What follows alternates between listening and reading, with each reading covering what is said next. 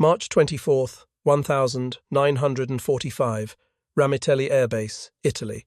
The ink pooled at the edge of Captain Lee Archer's fountain pen, trembling against the thin paper like blood refusing to clot. Outside his tent, the Mediterranean wind carried the acrid smell of aviation fuel, mixed with olive groves, a scent that had become as familiar as his own sweat. He had just returned from his 169th combat mission. His hands wouldn't stop shaking.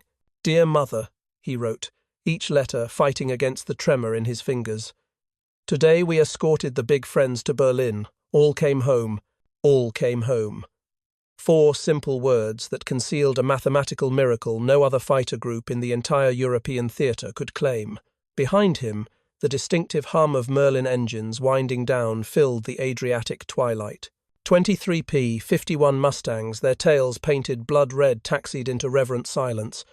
23 pilots climbed down from cockpits still warm from 30,000 feet above enemy territory.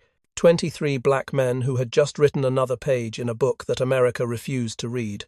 Archer paused, his pen hovering over the paper. He wanted to tell her about the Messerschmitt jet fighter he'd nearly caught, about how Roscoe Brown had actually shot one down that very afternoon, making history that would be footnoted, marginalized, or erased entirely. He wanted to tell her about the B-17 crews who waved at them, grateful, alive because of the red tail's protection.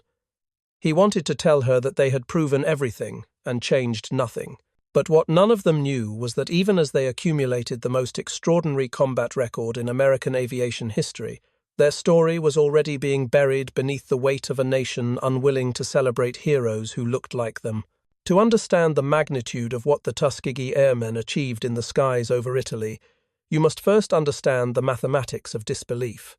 In 1925, the USA's Army War College published a study concluding that black Americans were mentally inferior and cowardly under fire, unsuitable for combat aviation. This wasn't fringe racism. This was official military doctrine, signed and sealed by generals whose names still grace military bases across the South. For 16 years, this pseudo-scientific verdict stood as gospel, an iron ceiling above the aspirations of every black child who ever looked up at an airplane and dreamed. Then came 1941. Not because of enlightenment, but because of necessity. War was devouring pilots faster than America could train them. The Tuskegee program began not as an act of justice, but as an experiment designed to fail to prove, once and for all, that the War College had been right. 992 men graduated from the program. Between 1,941 and 1,946, 450 were deployed to combat theaters. These numbers seem modest until you place them against the backdrop of their mission parameters. The 332nd Fighter Group, flying from bases in Italy, conducted 15,533 combat sorties over a 2-year period. They escorted heavy bombers, flying fortresses and liberators deep into the industrial heart of the Third Reich, Ploesti, Vienna, Munich, Berlin itself. Here is where the numbers become religion. The average fighter group in the European theatre lost approximately 46 bombers per 1,000 escort missions. It was the cost of war, the arithmetic of attrition that generals accepted with cold practicality. Bomber crews knew the odds. 1 in 4 wouldn't complete their 25-mission tour. The sky over Germany was a mathematical execution, but the red tails rewrote the equation. In over 200 bomber escort missions, the 332nd Fighter Group did not lose a single aircraft under their protection to enemy fighters. Not one. Not a single B-17 crew member had to watch a red tail peel away as German fighters swarmed in. The statistical probability of this achievement borders on the impossible, a perfect combat record in the most lethal airspace on Earth. 112 enemy aircraft destroyed. Multiple distinguished flying crosses. A collective combat record that would have made headlines, sparked ticker-tape parades, filled newsreels across America if the pilots had been white. Instead, their story was compartmentalized, minimized, filed away in the margins of history books that preferred more palatable narratives. Because the Tuskegee Airmen didn't just fight the Luftwaffe over Austria and Germany, they fought against the architecture of American racism, a system that demanded their failure and received instead their excellence. And perhaps most cruelly, they fought a war that wouldn't even let them sit at the same lunch counter as the bomber crews they saved. The experiment designed to prove inferiority instead documented genius.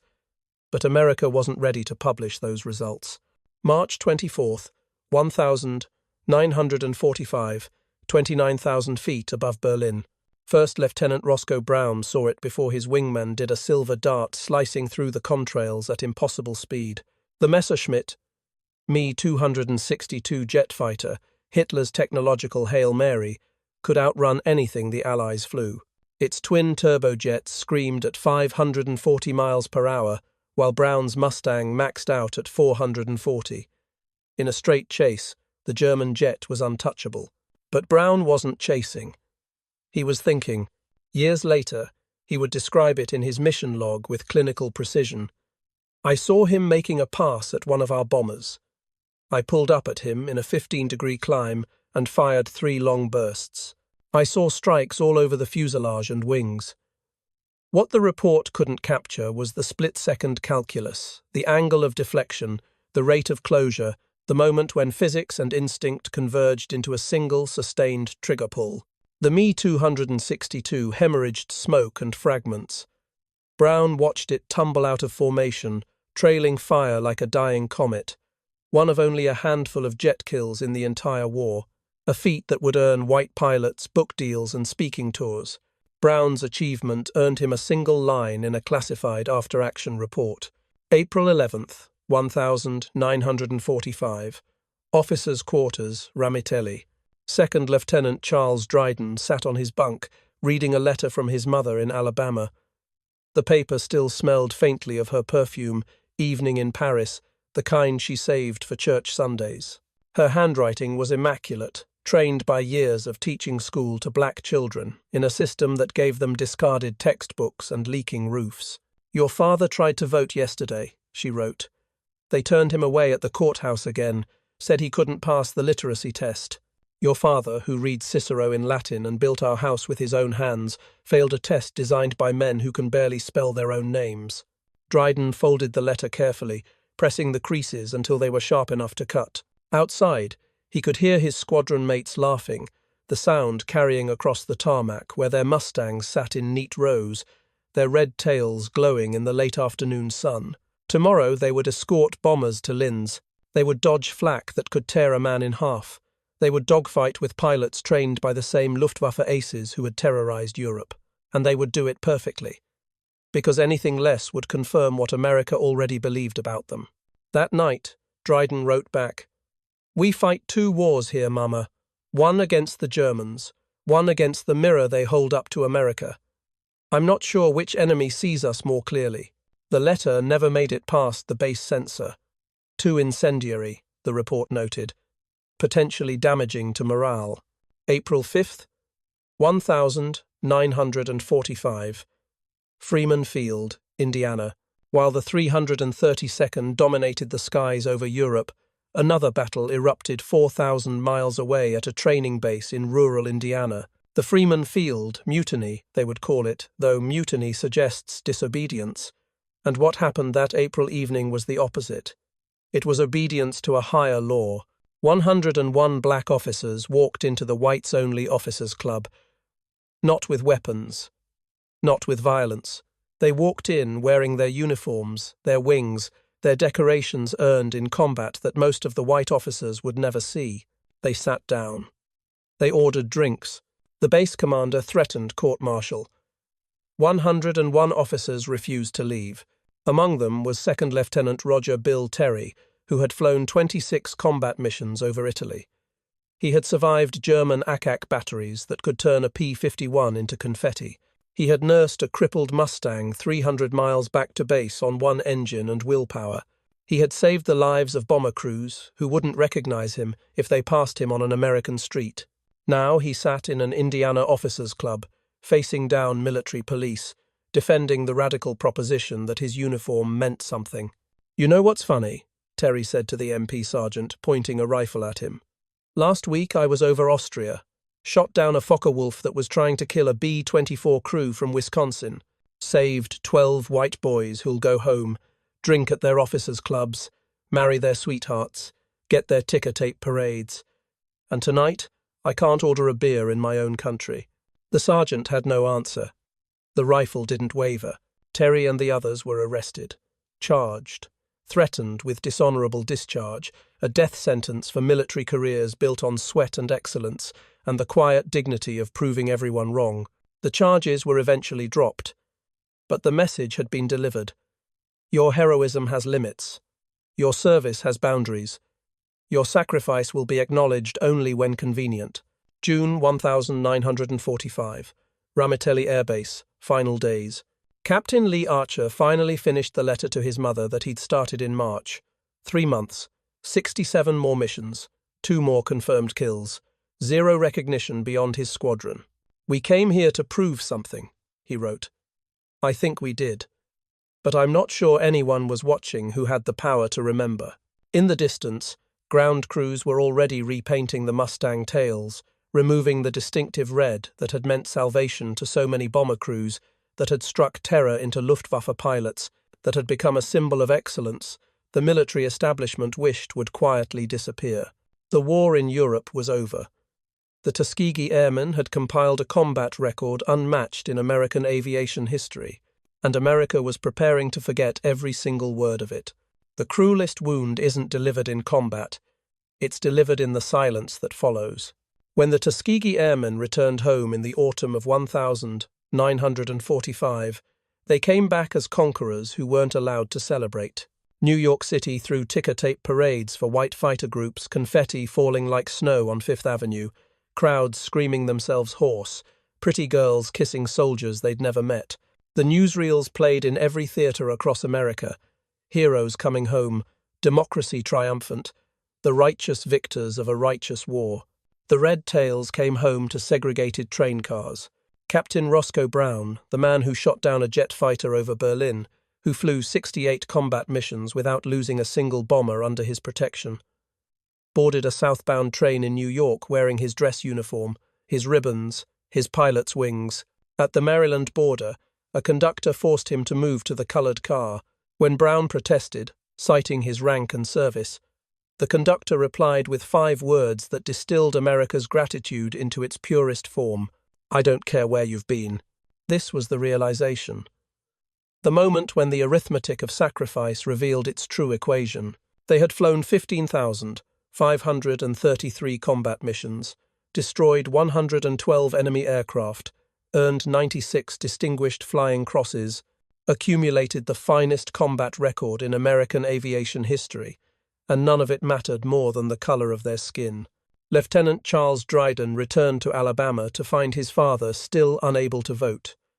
The same courthouse, the same literacy test, the same men behind the desk who couldn't diagram a sentence if their lives depended on it, determining that a man who had navigated a P-51 Mustang through enemy flak at 400 miles per hour wasn't qualified to mark a ballot. Colonel Benjamin O. Davis, Jr., who commanded the entire 332nd Fighter Group, who had led men in combat with a tactical brilliance that military historians would later compare to Patton and MacArthur, applied for commercial airline positions after the war. Pan Am, TWA, United all rejected him without interview. Not qualified, they said. Not the right fit, as if excellence had a complexion requirement. But perhaps the deepest cut came not from enemies or bigots, but from the institution they had served with such distinction. The United States Air Force, which wouldn't even become independent from the Army until 1947, systematically downplayed the Tuskegee Airmen's achievements in its official histories. Early Air Force museums barely mentioned them. Training manuals ignored their tactical innovations. The perfect bomber escort record was footnoted, qualified, contextualized into insignificance. It wasn't intentional erasure, historians would later claim. It was just oversight. As if you could accidentally forget the only fighter group that never lost a bomber. As if you could overlook 992 men who had to be twice as good to be considered half as worthy. The psychological architecture of this defeat was intricate. Unlike the Jim Crow laws they could see and name, this was a subtler violence, the violence of omission. Their story wasn't actively suppressed, it was simply not told. Not in the history books distributed to schools, not in the war films that Hollywood churned out by the dozen, not in the monuments erected across the nation to honor the generation that saved the world. They had saved bomber crews who would never know their names. They had defended a democracy that refused to defend them. They had proved every racist theory wrong, and received as reward the opportunity to keep proving it, again and again, forever. Some of them broke under the weight of it. Alcoholism, depression, marriages shattered by men who couldn't articulate the rage of being erased while still breathing. But most carried on with the same quiet dignity that had defined their service working jobs beneath their capabilities, raising families, passing on stories that mainstream America refused to archive. And they waited. Waited for a nation's conscience to catch up to its rhetoric. Waited for justice that might never arrive. Waited for the simple, shattering recognition that they had mattered. It would take 62 years. In 2007, President George W. Bush stood in the Capitol Rotunda and presented the Congressional Gold Medal, the highest civilian honor Congress can bestow to the Tuskegee Airmen. Of the original 992 who earned their wings, fewer than 300 were still alive to receive it. They were old men now, their hands steadier than they'd been in 1945, their uniforms replaced by suits that hung looser on frames diminished by time. Roscoe Brown was there, 85 years old. Charles Dryden was there. Lee Archer was there. They stood as America finally said the words it should have spoken in 1945. Thank you. We see you. You mattered, but recognition delayed is recognition denied to the dead. The lesson of the Tuskegee Airmen isn't simply about racism or war or aviation excellence. It's about how nations write their own mythology and who gets written out of it. History isn't an objective record of what happened. It's a curated narrative, shaped by the people with the power to decide what gets remembered and what gets conveniently forgotten. For 6 decades, America chose to forget the Red Tails because their story complicated the simpler narrative of the Good War, the war where America was purely righteous, purely heroic, purely just. But the Tuskegee Airmen's story is the more honest one. It's the story of men who defended a country that didn't defend them, who fought for freedoms they themselves were denied, who proved their worth to a nation that had already decided they had none. And in doing so, they didn't just win a war. They exposed the contradiction at the heart of American democracy, that we demand sacrifice from everyone, but only offer belonging to some. Their red-tailed Mustangs are museum pieces now, polished and roped off behind velvet barriers. But their legacy is still being written in every person who hears their story and understands that heroism isn't always celebrated, that justice often arrives too late, and that the most important battles are sometimes fought not against external enemies, but against our own failures to see clearly, to remember honestly, to honor fairly. The sky over Italy is quiet now. The contrails have long since dissipated. The men who flew through them are almost all gone. But their story remains inconvenient and true, a reminder that America's greatest heroes are often the ones it worked hardest to forget.